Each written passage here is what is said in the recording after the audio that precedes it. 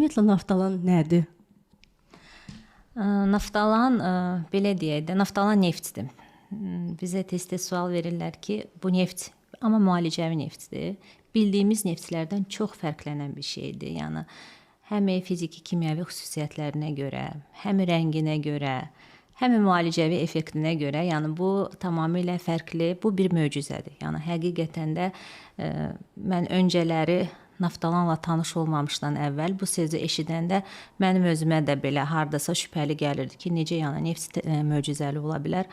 Amma həqiqətən də mən artıq 10 ildən çoxdur ki, onun möcüzəsini görürəm və naftalanın nələr edə biləcəyi gündən-günə həqiqətən də bizi təəccübləndirir. Yəni onun bilmədiyimiz tərəfləri də var hələ. Öyrənilməmiş, açılmamış tərəfləri. Bu adi bir neft deyil. Yenə deyirəm, yəni bu ilk növbədə çox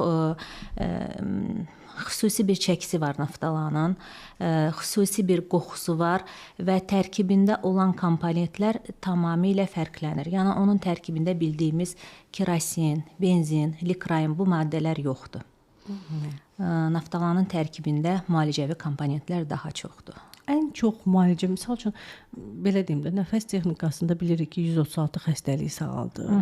Burada misal üçün nəyi sağaldır? Təzyiqdir, dəri xəstəliyidir, mental sağlamlıqdır. Yəni, biz bunu istifadə etdik. İlk öncə belə, wow, nədə deyirik?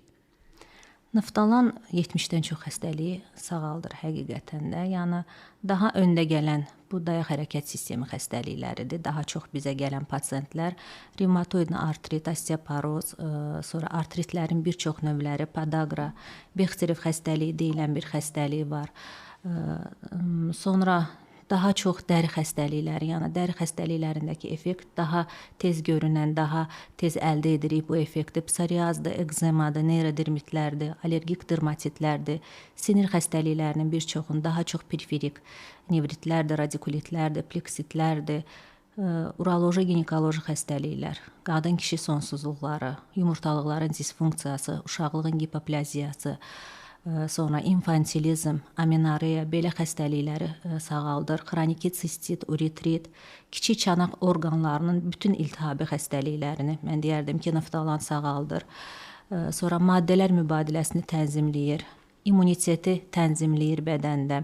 Bir çox lor xəstəliklərdə gözəl effekt əldə edirik biz naftalan müalicəsi ilə. Allergik xəstəliklərdə çox gözəl effekti var. Yəni, mən hələ düşünürəm ki, bizim bilmədiyimiz naftalanın bir çox yönləri var ki, onu hələ də elmi tərəfdən açılmayıb, amma biz bunu gündəlik təcrübə olaraq izləyirik və görürük. Bu həqiqətən də belədir.